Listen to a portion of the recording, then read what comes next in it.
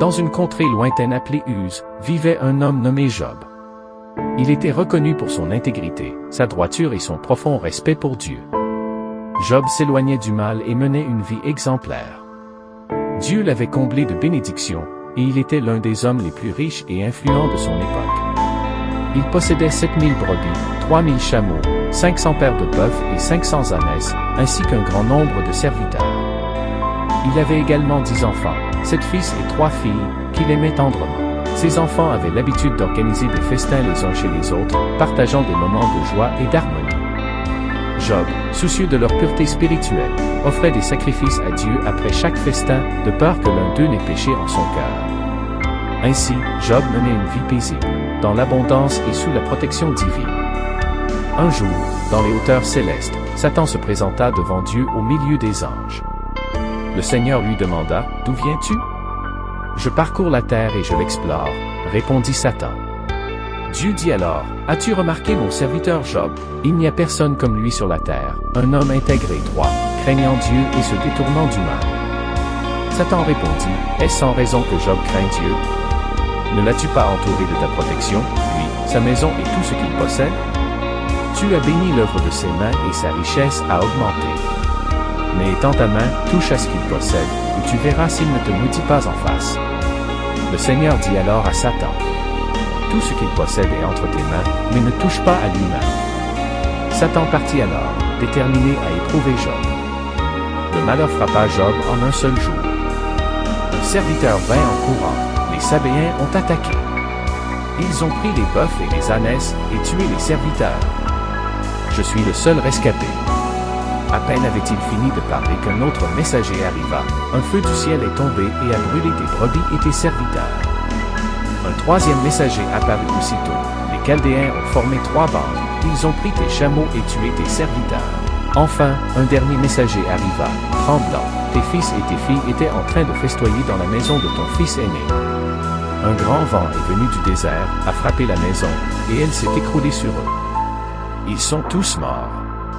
Job, accablé, déchira ses vêtements, tomba à genoux et dit, « Nu je suis sorti du sein de ma mère, et nu j'y retournerai. L'Éternel a donné, et l'Éternel a repris, que le nom de l'Éternel soit béni. » Malgré la douleur immense, Job ne pécha pas et ne maudit pas Dieu. Satan, voyant que Job restait fidèle, demanda à Dieu d'aller plus loin, « Touche à sa chair et à ses os, et il te maudira en face. » Dieu permit alors que Job soit frappé d'une terrible maladie. Des ulcères douloureux couvrirent son corps, des pieds à la tête. Assis sur un tas de cendres, il prenait un tesson de poterie pour gratter ses plaies. Sa propre femme, témoin de son calvaire, lui dit, « Pourquoi persistes-tu dans ton intégrité? Maudis Dieu et meurs. » Mais Job lui répondit, « Tu parles comme une insensée. Recevrions-nous de Dieu le bien, et non pas aussi le mal? » Et dans tout cela, Job ne pécha pas de ses lèvres. 3 amis de Job, Éliphaz, Bildad et Tsophar, vinrent le voir. En l'apercevant, ils furent frappés d'effroi, car sa souffrance était immense. Ils restèrent silencieux 7 jours et 7 nuits, pleurant avec lui. Mais lorsqu'ils prirent enfin la parole, au lieu de le consoler, ils l'accusèrent. « Job, si tu souffres autant, c'est forcément parce que tu as péché, disait Éliphaz. Dieu est juste, et il ne punit pas les innocents. » Ajoutait Bildad. « Reconnais ton péché et repens-toi, et tu seras restauré, » affirmait Tsophar. Job, blessé par leurs paroles, leur répondit, « Vous êtes de piètres consolateurs. Ai-je péché? Que Dieu me le révèle. » Je crie à lui, mais il ne répond pas. Après de longs échanges, un autre homme, Élihu, prit la parole et reprocha à Job de vouloir justifier son innocence devant Dieu.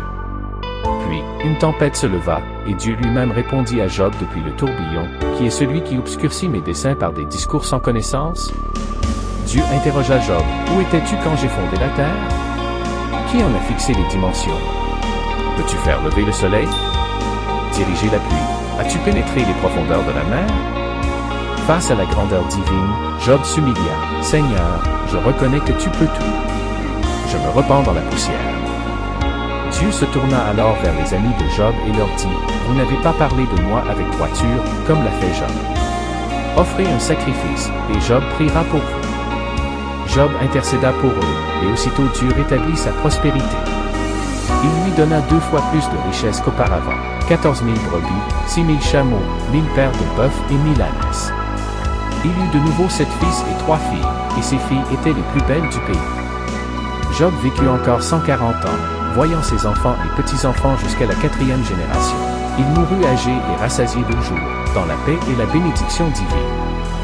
L'histoire de Job nous enseigne que, même dans les épreuves les plus sombres, Dieu reste souverain. Job a souffert, mais il est resté fidèle. En retour, Dieu l'a béni au-delà de toute mesure. À travers cette histoire, nous trouvons du réconfort, nos souffrances ne sont pas vaines, et ceux qui demeurent fidèles à Dieu recevront leur récompense. Que cette histoire nous apaise et nous rappelle que, quelles que soient nos difficultés, Dieu n'oublie jamais ceux qui lui appartiennent.